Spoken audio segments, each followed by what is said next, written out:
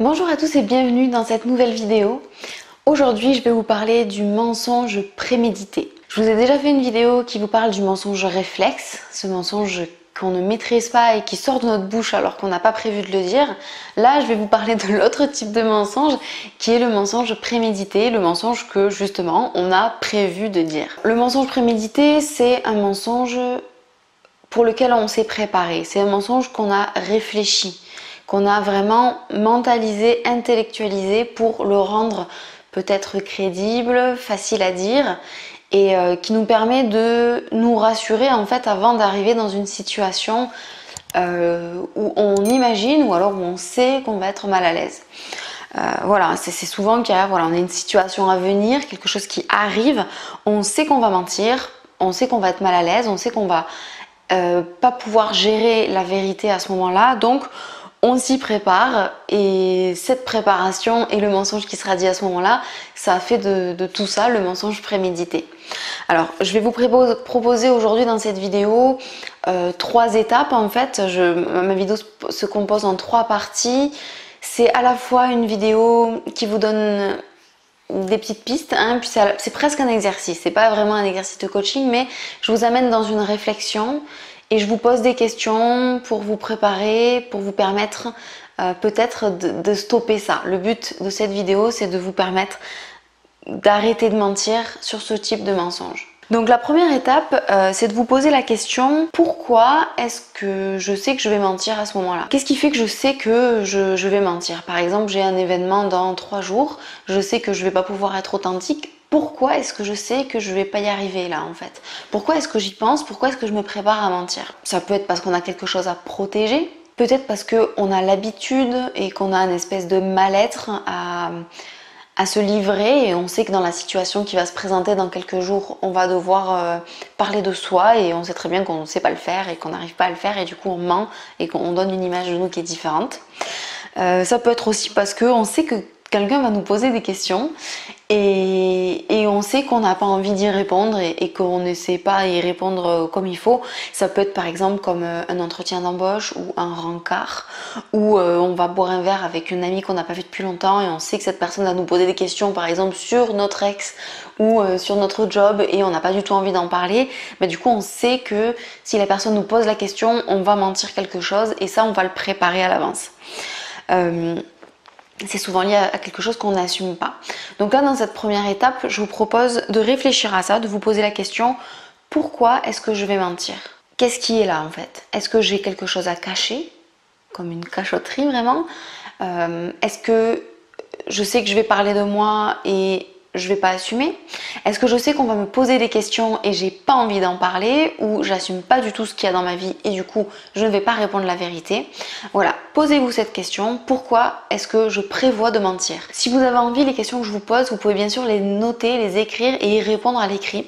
Ça sera bien plus efficace que simplement d'écouter la vidéo. Je vous invite bien sûr à la remettre au début si besoin pour faire ça comme vraiment un exercice si vous voulez, ou alors simplement mener la réflexion en même temps que moi, en même temps que je vous parle, pour réussir à déceler ça. La deuxième étape du coup, c'est de comprendre chez vous quel est le besoin derrière le mensonge.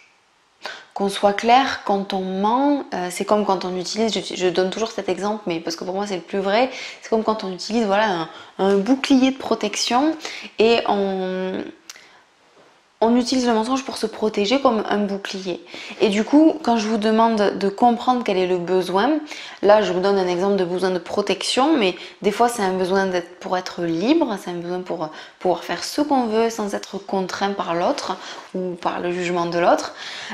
Donc comprenez le besoin qu'il y a derrière. Est-ce que vous avez besoin de vous sentir libre? Est-ce que vous avez besoin de protéger votre jardin secret? Est-ce que vous avez besoin de protéger votre image, parce que vous savez que si vous dites la vérité, l'image de vous que l'autre va recevoir va être différente que celle que vous voulez donner. Peut-être que vous avez peur d'être rejeté, peur d'être jugé.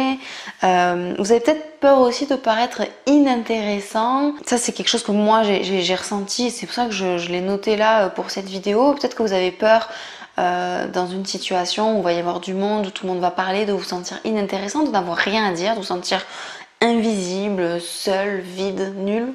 sais pas trop, et que du coup vous allez inventer des trucs pour pouvoir paraître mieux que ça. Voilà, cherchez vraiment quel est le besoin derrière. C'est pourquoi, qu'est-ce que ça m'apporte en fait, qu'est-ce que je gagne, quel est le bénéfice de mentir, à quoi ça me sert.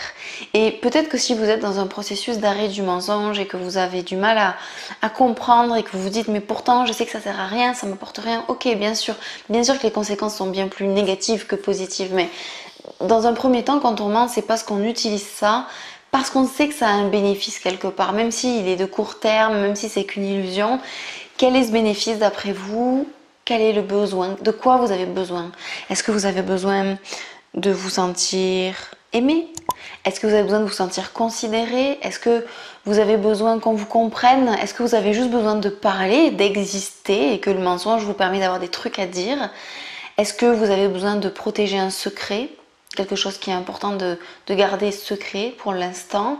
Est-ce que, voilà, je sais pas moi, votre besoin. Maintenant que vous savez pourquoi dans cette situation-là vous allez mentir, maintenant que vous savez quel est le besoin derrière le mensonge, l'étape numéro 3 que je vous propose, c'est de combler ce besoin d'une autre façon. De combler le besoin sans mentir. En fait, au lieu, ce que je vous propose là, finalement, dans cet exercice, c'est que au lieu d'utiliser le temps que vous avez pour affûter votre mensonge, pour qu'il soit parfait, votre mensonge prémédité, jusqu'au jour où vous allez l'utiliser, plutôt que d'utiliser ce temps-là, parce qu'il y a le moment où on sait qu'on va vivre quelque chose et jusqu'à la situation réelle, et le temps entre les deux en général on l'utilise pour affûter notre mensonge, vraiment comme un outil qu'on affûte pour qu'il soit nickel, pour qu'on sache qui va marcher. En général on prépare ce qu'on va dire, on prépare ce que l'autre va répondre, la réaction, des fois on prépare aussi notre attitude, comment est-ce que je vais agir, est-ce que je vais avoir de l'émotion ou pas, et des fois on se crée vraiment tout un scénario d'acteur pour que ce soit crédible, et très souvent ça l'est et ça marche. Et moi je vous propose d'utiliser tout ce temps-là, toute cette énergie, toute cette créativité, de l'utiliser pour répondre aux besoins que vous avez sans le mensonge.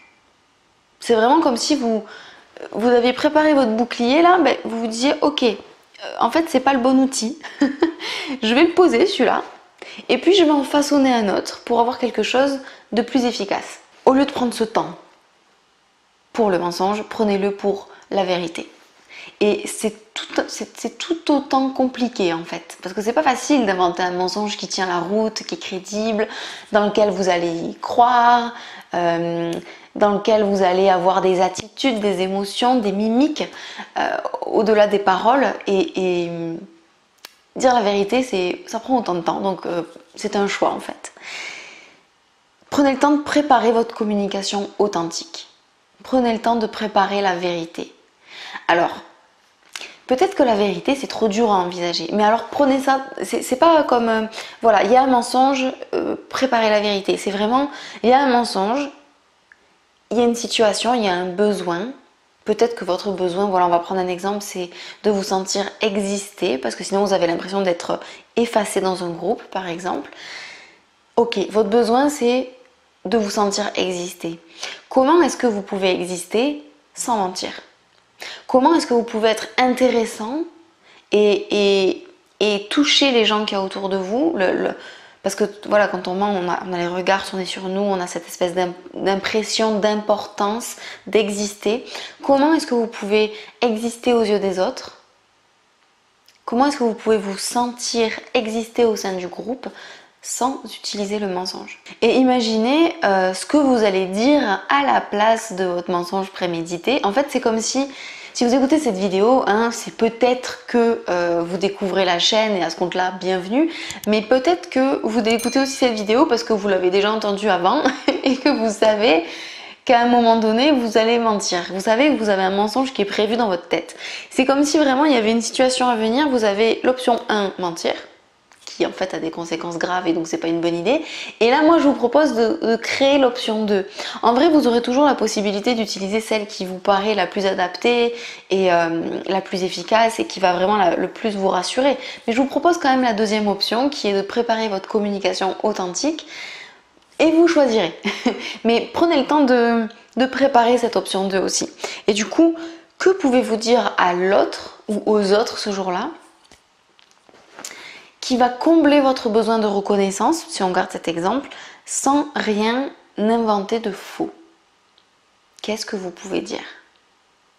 Si vous êtes, par exemple, vous avez un entretien d'embauche et que vous savez qu'il y a un trou dans votre CV et que vous allez vous préparer à mentir sur ce trou sur le CV, genre à dire ah mais c'est parce qu'en fait j'ai travaillé bénévolement je sais pas où et que c'est pas vrai, peut-être vous allez pouvoir vous dire non, en fait je vais lui dire la vérité et je vais dire qu'en fait cette période j'étais pas bien dans ma vie, j'avais besoin de faire le point, j'avais des soucis familiaux et j'avais besoin d'être là pour ma famille.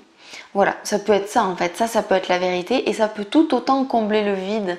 Et c'est pareil pour tout type de mensonge, hein. Si vous voulez protéger un secret par exemple, vous allez peut-être inventer quelque chose à dire qui est faux pour pas dire ce que vous protégez, mais vous pouvez peut-être tout autant vous préparer, vous imaginer, dire à l'autre que ça ne la regarde pas et que c'est de l'ordre du jardin secret, que vous n'êtes pas à l'aise aujourd'hui pour en parler. Et en fait, toute cette communication que vous allez choisir à ce moment-là, qui vous permet de dire ou la vérité ou de dire quelque chose sans pour autant dire ce que vous protégez, je ne sais pas si c'est clair. En fait, des fois, vous avez un truc à protéger, une information à protéger et vous allez en inventer une autre pour la remplacer. Moi, je vous dis pas forcément, je vous dis au contraire de ne pas inventer autre chose, de ne pas inventer un mensonge, mais de peut-être expliquer différemment la raison pour laquelle vous protégez cette information dans le cadre d'une vie privée, d'un jardin secret par exemple. Voilà, donc cette étape 3 vraiment, c'est de remplacer et de combler votre besoin autrement. Peut-être que vous avez besoin de vous sentir aimé, peut-être que vous avez besoin de vous sentir soutenu. Vous savez, souvent on ment parce qu'on se sent pas bien, parce qu'on se sent seul et parce qu'on se sent pas aimé. C'est très souvent le manque d'amour. Et parler à vos amis de manière brute et authentique, parfois ça vous permet d'avoir encore plus de soutien que ce que votre mensonge vous aurait permis d'avoir. Et je sais c'est pas forcément évident, suivant l'âge que vous avez, suivant le cercle relationnel que vous avez aussi. Des fois il y a beaucoup d'ego et de fierté et qui fait que vous ne pouvez pas être authentique. Bon, à ce compte-là, posez-vous vraiment la question, est-ce que ce sont les bonnes personnes pour vous? Est-ce que vous êtes avec les bonnes personnes en fait? Peut-être que le besoin que vous avez, vous pouvez le combler ailleurs, d'une autre façon, avec d'autres personnes. Et vous pouvez peut-être vous autoriser à vous effacer dans un milieu relationnel par exemple, mais combler votre besoin derrière différemment. Tout ça c'est une large réflexion, c'est très difficile d'être carré sur une thématique comme ça parce que ça dépend vraiment énormément de qui vous êtes et de où vous en êtes dans votre connaissance de vous, dans votre acceptation de qui vous êtes. Mais voilà, c'est un protocole qui est plutôt simple qui vous permet peut-être de l'adapter. Donc je récapitule les étapes. Petit 1, pourquoi est-ce que vous savez que vous allez mentir? Quelle est cette situation dans laquelle vous allez qui vous donne la certitude qu'il vous faut inventer un mensonge pour gérer ça. Petit 2, comprenez, écoutez-vous, comprenez quel est le besoin derrière le mensonge que vous inventez. À quoi ça vous sert? Qu'est-ce que ça vient combler chez vous? Quel est ce besoin? Et l'étape 3, c'est comment combler ce besoin autrement? Comment répondre à votre besoin sans mentir, sans inventer de mensonge, sans cacher quoi que ce soit? Voilà, ça c'est les 3 étapes. J'espère que ça aurait été clair pour vous, cet exercice, cette réflexion. C'est pas vraiment un exercice, c'est plus une réflexion. Si vous sentez le besoin, si quelque chose n'est pas très clair, remettez la vidéo au début et réécoutez. Ces 3 étapes, ces questions que je vous pose tout au long là, c'est à moitié quelque chose que j'ai écrit pour ne rien oublier et à moitié quelque chose que je vous apporte là intuitivement quand j'enregistre cette vidéo. Mais prenez le temps peut-être d'écrire les questions que je vous ai données et d'y répondre clairement sur une feuille. Ça aide vraiment à clarifier les pensées. Donc je vous recommande vraiment toujours, même dans toutes les vidéos que je vous ai filmées depuis le début, de prendre des notes, de les écouter, de prendre des notes pour vraiment clarifier tout ça et aller en profondeur. Voilà, c'est ça qui est super important. Si vous ressentez le besoin de me poser des questions, si vous n'avez pas tout compris, si vous avez des blocages, si vous n'arrivez pas à répondre, écrivez-moi dans les commentaires ou faites-moi un email pour que je puisse vous conseiller là-dessus et vous donner des petites pistes, des petites indications pour vous aider à débloquer ça. Et si vous êtes vraiment bloqué, vous n'arrivez pas, que vous avez un espèce de gros enjeu bientôt, s'il y a vraiment une situation qui approche et qui vous fait forcément réfléchir à des mensonges prémédités et que vous n'arrivez pas à gérer ça, que vous avez besoin d'un soutien momentanément, vous pouvez prendre rendez-vous avec moi pour une consultation. Ça dure 1h30. Je prends vraiment le temps avec vous de comprendre ce qui se passe et de vous aider, et je peux vous faire cet exercice en individuel. Ce sera vraiment plus facile pour moi de vous aider en individuel. Dans la barre de description sous la vidéo, donc vous avez le titre de la vidéo et une petite flèche, vous cliquez dessus, ça déroule la barre de description. Là-dedans je vous mets le lien pour prendre rendez-vous, le lien du site internet Arrêtez de mentir aussi. Voilà, et tout en bas dans les commentaires, vous pouvez bien sûr échanger entre vous, me dire ce que vous avez pensé de cet exercice, est-ce que ça vous a aidé, est-ce que ça vous a perturbé, est-ce que vous avez des questions, voilà. Je vous incite vraiment à réagir et à faire cet exercice.